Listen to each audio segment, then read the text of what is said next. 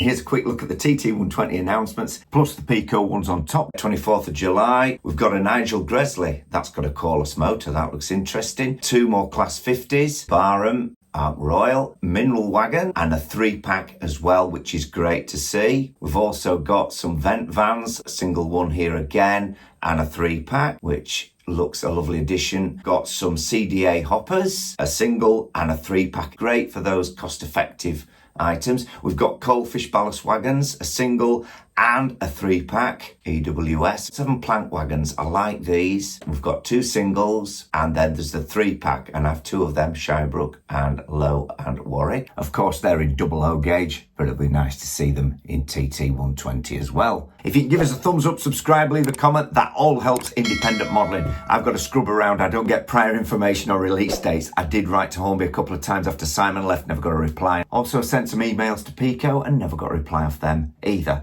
I thought at the time, as I was the only one pushing TT120, they'd be over the moon. But obviously, they had their other people and other sales teams to get involved and go out on YouTube as well, which of course is amazing to see, but I want to try and stay independent, if that's all right. So it's worth a mention too that Peco are adding to their range of TT120 with some BR steel-sided 16-ton mineral wagons in various liveries and running numbers, and some vent vans as well. So look out for those coming on tap. And then with some interesting additions, we've got some more lower scale Dale, as I call them.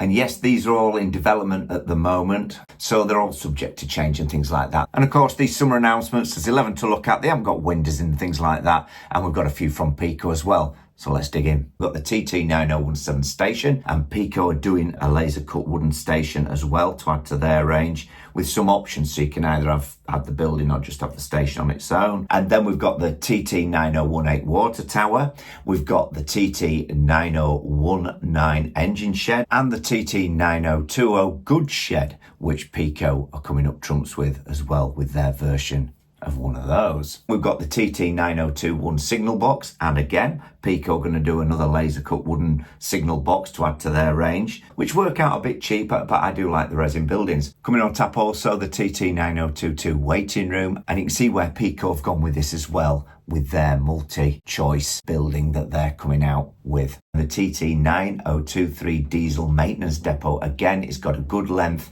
for those locomotives.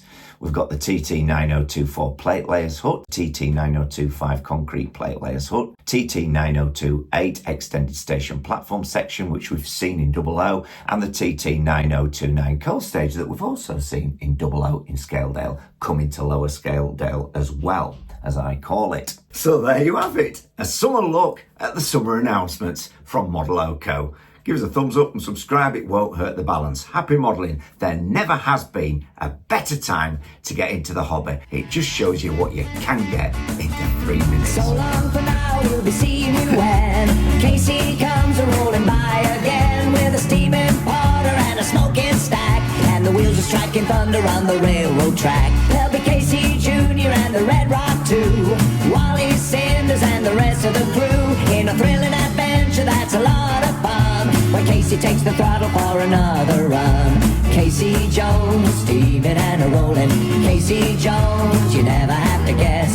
When you hear a tooting of the whistle, it's a Casey at the throttle of the Cannonball Express. Casey Jones, steaming and a-rolling. Casey Jones, you never have to guess.